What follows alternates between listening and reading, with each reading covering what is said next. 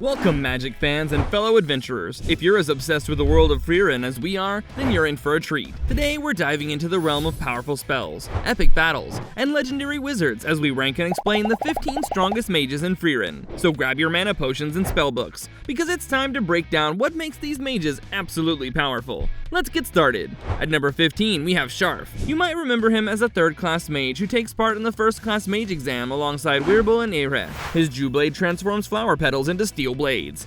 It's as cool as it sounds, swirling petals that slice through defenses when he unleashes them. Visually, it's one of the flashiest moves around. Because he's still at the third class level, Sharf doesn't pack the punch of higher ranked mages, but he's clever enough to catch opponents off guard with those lethal flower petals. If enemies aren't aware of what's happening, he can get the jump on them in a hurry. Moving on to number 14, there's Ere, a second-class mage who feels a bit underrated. Fern herself believes Ere might be the strongest in both the 4th and 8th parties during the exam. Ire's standout spell is Doragate, which transforms rocks into bullets. She usually floats overhead and fires rock projectiles at cannon-like force. She also has decent defensive magic, though she struggles against large-scale barrages. Even so, Ere was top of her class in the Magic Academy, so her fundamentals are solid. Her problem is reliance on physical ammunition, limiting her on giant battlefields with fewer resources. Still, she outranks plenty of modern mages in raw power, although some of the monsters further up this list simply outclass her in experience and scale. Number 13 is Richter,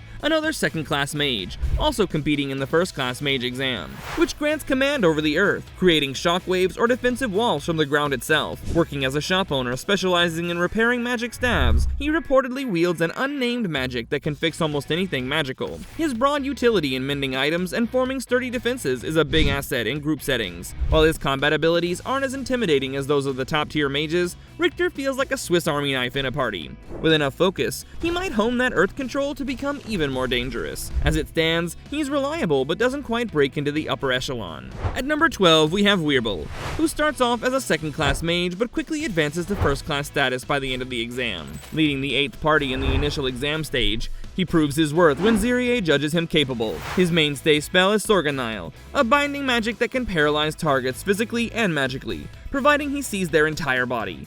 It's horrifying in a one-on-one scenario because if the target is fully visible, the fight might be over before it begins. Even a small hiding spot or partial obstruction can break the spell, so it's a bit situational. Still, in an open battlefield, Wirbel is a menace. Once someone's immobilized, they're at his mercy, and not many can shake off that level of entrapment without help. Number 11 belongs to Genau. He's a first-class mage who serves as the proctor for the exam's first stage in Ishurst. His signature magic, Thigardnak, takes the form of sinister black wings. They can launch attacks or function as a shield, like imagine him flitting through the sky.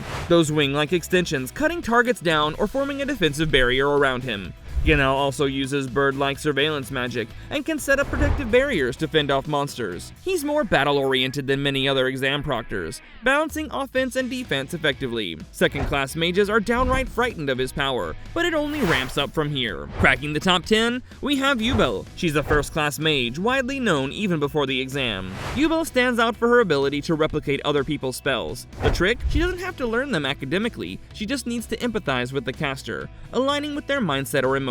Once she feels their approach, she can copy their magic. That skill alone is ridiculous. She already wields an invisible slicing spell called Real Sidon, basically an unseen cleaver that slices through almost anything she imagines. She also fights effectively in close combat with a staff. Being so adaptive makes her unpredictable. Opponents who rely on a single special move will find it turned against them. The only reason Yubel isn't higher is that some top-tier mages above have more monstrous mana reserves or centuries of experience. But facing her is nerve-wracking. She can shift tactics at any moment. Next up at number 9 is Land, a duplication specialist. His clones can act independently, matching his own powers, and they're extremely hard to distinguish from the real version. He's pulled off illusions so convincing that even someone like Yubel, who senses empathy-based magic signals, didn't catch on. Zirie was the only one to unravel his real location. Lan can theoretically flood a battlefield with an entire army of his copies. Each clone is almost as strong as the original, making him a walking swarm. He's not the best direct combat mage on this list, but numbers can overwhelm. In an all-out war, facing a legion of Lan spells trouble for just about anybody. The limitation is that clones don't quite replicate the unstoppable might some top-tier mages bring individually, but his talent for trickery is top class. At number 8, we arrive at Frieren. Once a war refugee who's now an incredibly skilled mage traveling alongside Frieren, she conceals her mana so well that even powerful foes or demons struggle to sense her. Her go-to offensive attack is Zoltrak, a straightforward but devastating blast that can fire rapidly in succession. One of her most impressive traits is the ability to end fights quickly before stronger opponents can mount a counter. Frieren also displays a remarkable talent for detecting mana fluctuations, spotting issues even Ziria didn't notice immediately. During exam arcs, she proves essential in many surprise victories. Despite relatively modest mana levels compared to Legends, Frieren's efficiency and quick thinking make her a terrifying opponent. Coming in at number 7 is Methode, a first-class mage who doesn't specialize in just one magic type. Methode shows off a bunch of cool skills: restraint spells, hypnosis, healing magic, which is called the goddess's magic, and a fancy demystification spell to clear up illusions like fog.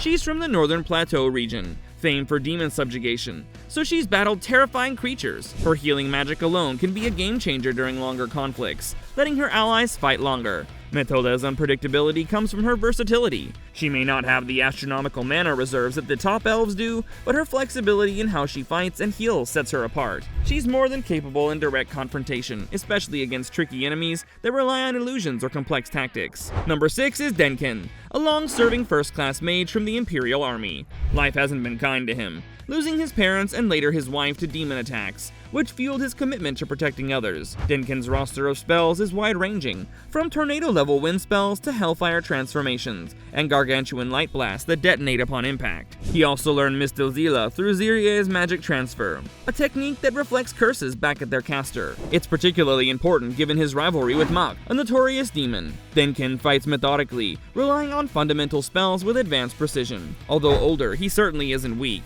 His maturity and high-level knowledge make him one of the strongest in the Imperial Army. Number 5 belongs to Zensa, a first-class mage in charge of the exam's second stage. Zensa wields a delightfully weird but terrifying magic, hair infused with countless layers of enchantments, each strand sharp enough to slice stone or tear through most defensive spells. She can manipulate this hair to impale enemies, block attacks, or even move around quickly by anchoring or launching herself with those strands. Since hair is part of her body, spells like Wirbel's Zorganile would have to immobilize every single strand to stop her. On top of that, she conceals her mana superbly. Most mages rely on distance attacks, but Zensa's approach is up close and personal, making her a rare beast in a world dominated by flashy ranged magic. She's easily among the toughest exam proctors. Number 4 is Lernen, the first recognized first-class mage under the newly formed Continental Magic Association, also trained under the great mage Ziria. His arsenal is formidable, but his specialty is golem magic. Using bottles, he stores massive golems that can heal, defend, or bulldoze obstacles on command. These summon constructs shrug off hits that even Denkin's advanced spells struggle to damage. When it comes to offense, Lernen can cast a black-colored Zoltrak-type spell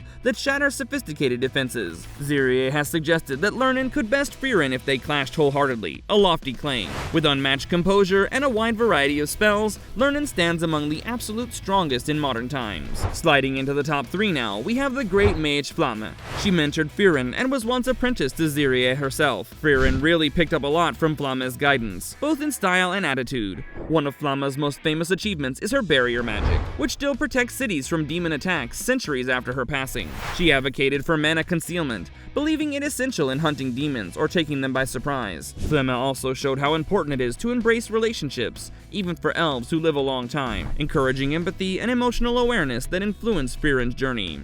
Even though she's not around anymore, Flamme's spells and teachings still stick around, showing just how amazing and influential her knowledge really was. Ranked number 2 is none other than the main character, Frieren herself. The titular elven mage traveled with a hero party for a decade, and even helped overthrow the Demon King. That was only a small chapter in her extensive life. After that victory, she wandered the world collecting spells and experiencing life's quieter moments. Frieren's mana output dwarfs that of nearly all opponents, even legendary demons known as the Seven Sages of Destruction. And that's while she's suppressing her mana. She's really good at figuring out enemy magic during a fight, and she can quickly counter it or make it not work at all.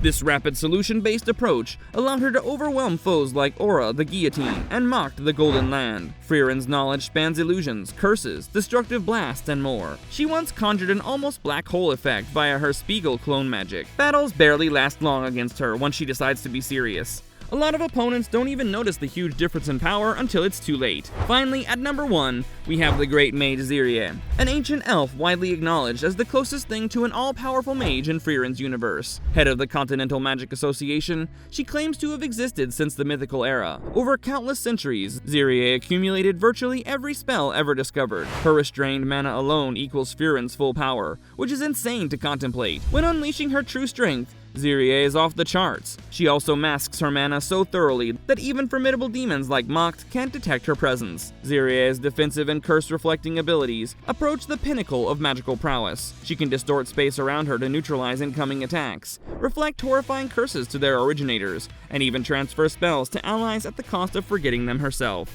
Basically, Zirie is all about endless knowledge and some serious magical power. So there you have it, 15 incredible mages, each with their own brand of awesomeness. It's honestly amazing to see how the magic system in Frieren's world allows for such variety in skill sets and specializations. Let me know who you think would be higher or lower, or if there's any other magical character you'd like to see pitted against them. Hope you had fun, and see you next time. Bye!